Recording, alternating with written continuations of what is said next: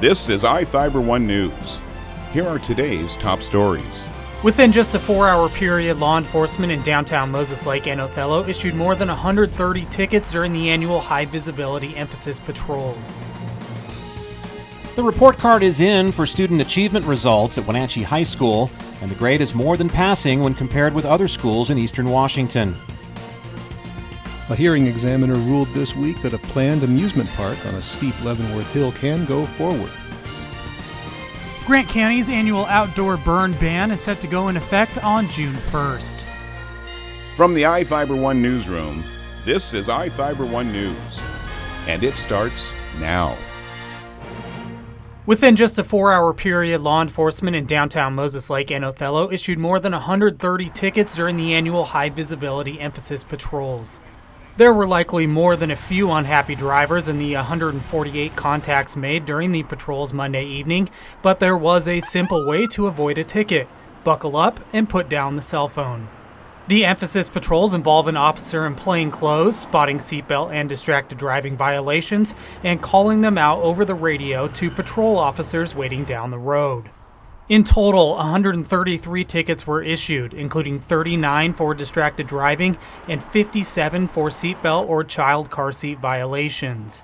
Law enforcement also made 5 warrant arrests and 4 other misdemeanor arrests combined in Othello and Moses Lake.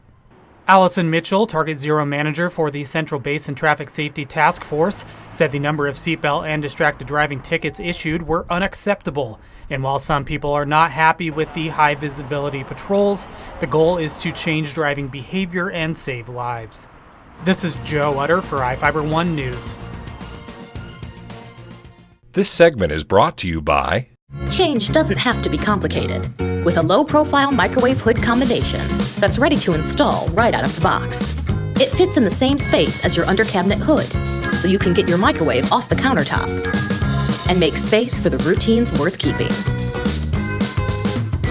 The low-profile microwave hood combination, from the #1 selling appliance brand in the USA. Whirlpool Appliances, now available at more furniture in Ephrata. The report card is in for student achievement results at Wenatchee High School, and the grade is more than passing when compared with other schools in eastern Washington.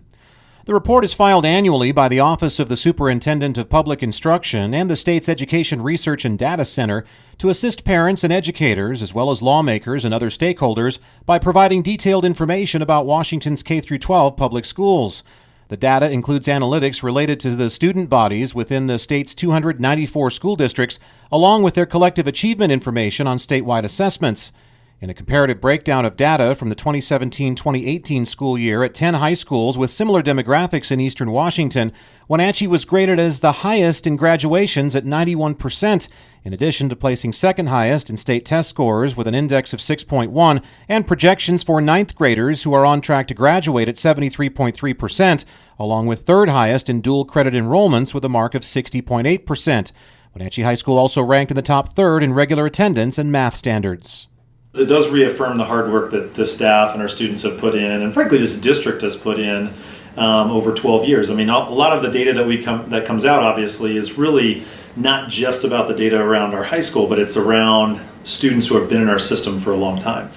Although achieving the high marks definitely instills a sense of pride and a job well done, it does present the challenge of maintaining such standards in the face of current and possibly continuing budgetary cuts. We're in a situation right now where we are having to reduce some budgets, and that is going to potentially have an impact. It always does. And so it's how do you try to maintain those services that we've been able to provide for students that have gotten us these kind of outcomes in these scenarios where we are reducing funds as a district. The report card system was enhanced this year so it would line up with new federal standards from the Every Student Succeeds Act, which supplanted the No Child Left Behind guidelines. The OSPI measured the accountability of its institutions by using school improvement framework models to meet ESSA requirements. Reporting for iFIBER 1 News, I'm Chris Hansen. This segment is brought to you by Your taste buds bored? Well, then bring them to Jay's Teriyaki. Not only does Jay's have a variety of teriyaki dishes, they also offer mouth-watering salads and sides. Call Jay's 509-764-5155. Jay's Teriyaki, located at 123 East Broadway in Moses Lake, because it's all in the sauce. A hearing examiner ruled this week that a planned amusement park on a steep Leavenworth Hill can go forward, but there are still several hurdles before a roller coaster can go careening down the rugged slope. Mercer Island developers of the $6 million Leavenworth Adventure Park want to place an alpine coaster and other attractions at the intersection of Highway 2 and Icicle Road, on the west end of town. On Monday, hearing examiner Andrew Kottkamp ruled against local residents who've campaigned against the project, granting a permit and a variance that would allow the park to go forward. The approval comes about 3 weeks after a huge public hearing April 30th, where more than 70 private citizens commented, most of them opposed to the project. They worried that the park, with its coaster, climbing wall, bungee trampoline, and other activities, would create too much noise, light, traffic, and parking difficulties. Kottkamp found there was no evidence that the park would bring more tourists to Leavenworth, and said the 69 parking spaces planned for Phase 1 appear more than sufficient. But in his finding, he wrote, "It is very clear that this project will bring additional traffic to the intersection of State Route 2 and Icicle Road." His ruling would limit operations at the park to 10 a.m. to 8 p.m. daily.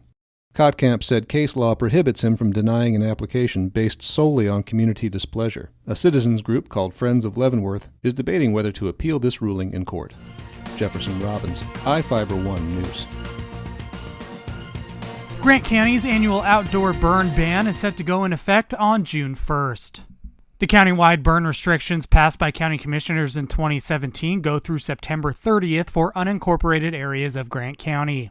Agricultural and orchard burning are still allowed when permitted by the State Department of Ecology. And recreational campfires are allowed in approved devices at public campgrounds when permitted by the Campground Authority.